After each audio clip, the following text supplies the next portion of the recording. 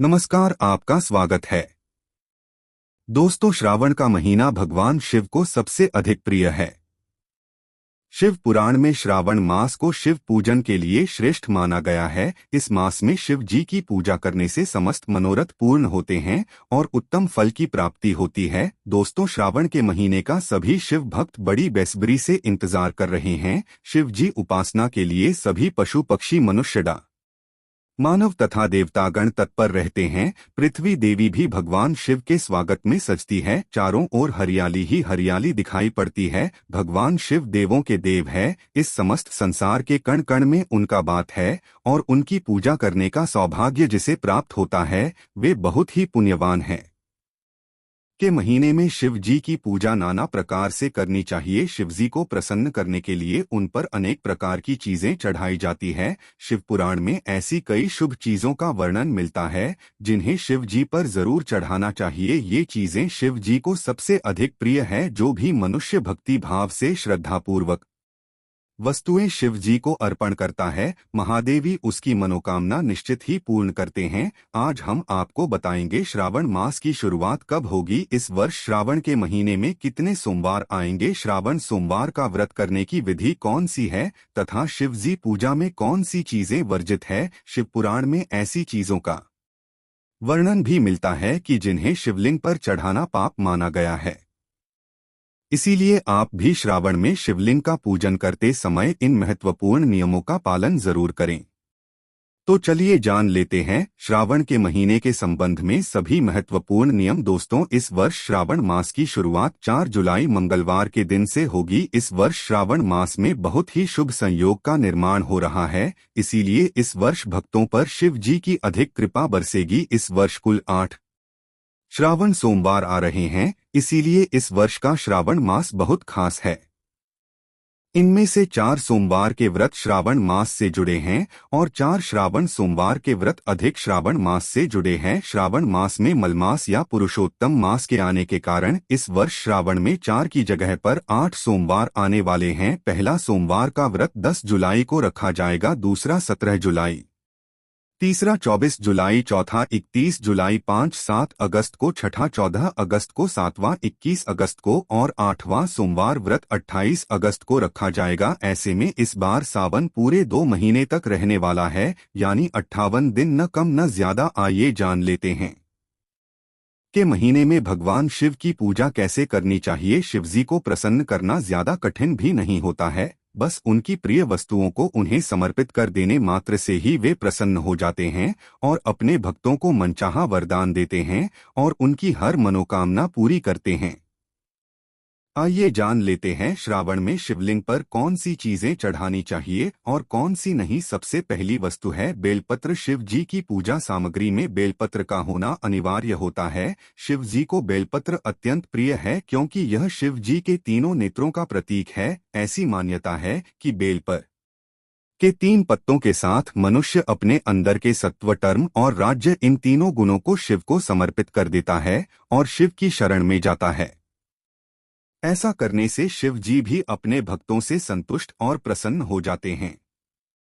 श्रावण मास में तो शिव जी को बेल पत्र अवश्य अर्पण करना चाहिए। सावन महीने के हर सोमवार को शिव जी के मूल मंत्र ओम नमः शिवाय का जाप करते हुए शिव जी पर 108 बेलपत्र चढ़ाने से शिव जी की कृपा आप पर जल्दी होगी। याद रखिए कि बेलपत्र आपस में जुड़े हुए 3 पत्ते होना चाहिए और वह कहीं से भी फटा हुआ, करता हुआ या छिद्रयुक्त नहीं होना चाहिए। दूसरी वस्तु है गंगाजल या पंचामृत से अभिषेक। श्रावण मास में आपने बहुत से लोगों को प्रतिदिन शिवलिंग पर अभिषेक करते हुए देखा होगा। इसके पीछे आध्यात्मिक कारण है। शिवलिंग पर जल चढ़ाने से शिव जी को शीतलता प्राप्त होती है और शिव जी के मस्तक की भीषण आग ने भी शांत रहती है। इसीलिए शिव जी को जल अत्यंत प्रिय है। कच्चा दूध, गंगाजल, पंचामृत, घी, तेल, तिल या मात्र शुद्ध जल से भी किया गया अभिषेक शिव जी को अति प्रसन्न कर देता है। इसलिए श्रावण मास में आप भी भोलेनाथ को प्रसन्न करने के लिए शिव मंदिर में जाकर या फिर घर में ही शिवलिंग स्थापित करके शिवजी का अभिषेक जरूर करें। तीसरी वस्तु है अक्षत। शिव जी की पूजा सामग्री में अक्षत यानी चावल के बिना टूटे हुए दाने होना बहुत जरूरी है।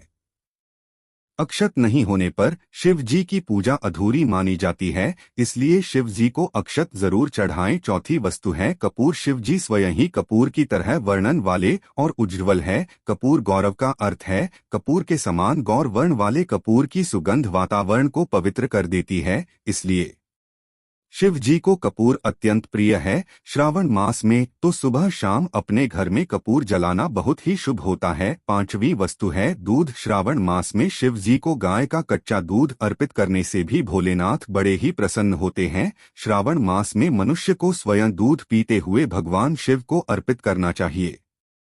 इसके पीछे ऐसी मान्यता है कि श्रावण मास में मनुष्य के स्वास्थ्य के लिए दूध हानिकारक होता है, इसलिए संपूर्ण मानव जाति की रक्षा के लिए जिस नीलकंठ भगवान ने स्वयं विष पी लिया था, वहीं शिव जी इस माह भी अपने भक्तों की सुरक्षा के लिए उनके द्वारा चढ़ाया गया दूध बड़ी ही प्रसन्नता से स्वीकार कर लेते हैं।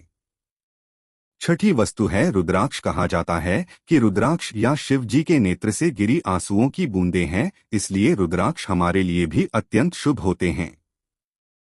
श्रावण मास में 100 रुद्राक्ष की माला के साथ शिव जी के मूल मंत्र ओम नमः शिवाय का प्रतिदिन जाप करने से शिव जी जरूर प्रसन्न होते हैं। साथ ही शिव पुराण और शिव चालीसा का पाठ भी करें और पाठ करते समय रुद्राक्ष की माला धारण करें। सातवीं वस्तु है चंदन। शिवलिंग पर चंदन का लेप लगाया जाता है और शिव जी के मस्तक पर चंदन का तिलक किया जाता है। चंदन की शीतलता और सुभाष से शिव जी अति प्रसन्न होते हैं। आठवीं वस्तु है धतूरा। शिव जी को धतूरा बहुत प्रिय होता है। इसका कारण यह है कि जब शिव जी ने समुद्र मंथन से निकले विष का सेवन किया था तो उसकी दाह से वे व्याकुल हो उठे, तब देवताओं द्वारा उन्हें बेल धतूरा आदि औषधि देकर उनका उपचार किया गया था। तभी से शिव जी को धतूरा बहुत प्रिय है।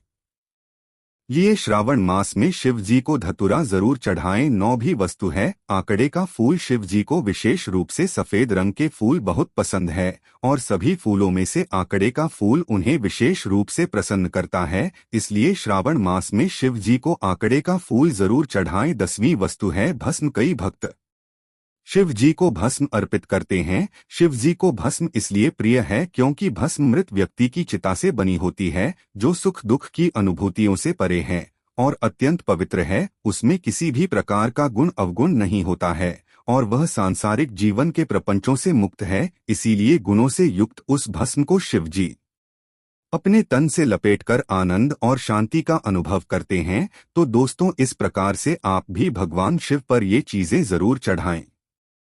आइए अब जानते हैं शिव जी पर कौन सी चीजें नहीं चलानी चाहिए। सबसे पहले वस्तु है तुलसी के पत्र। वैसे तो तुलसी की पत्तियां हर पूजा में काम आती है, लेकिन इनका उपयोग भगवान शिव की पूजा के लिए नहीं करना चाहिए।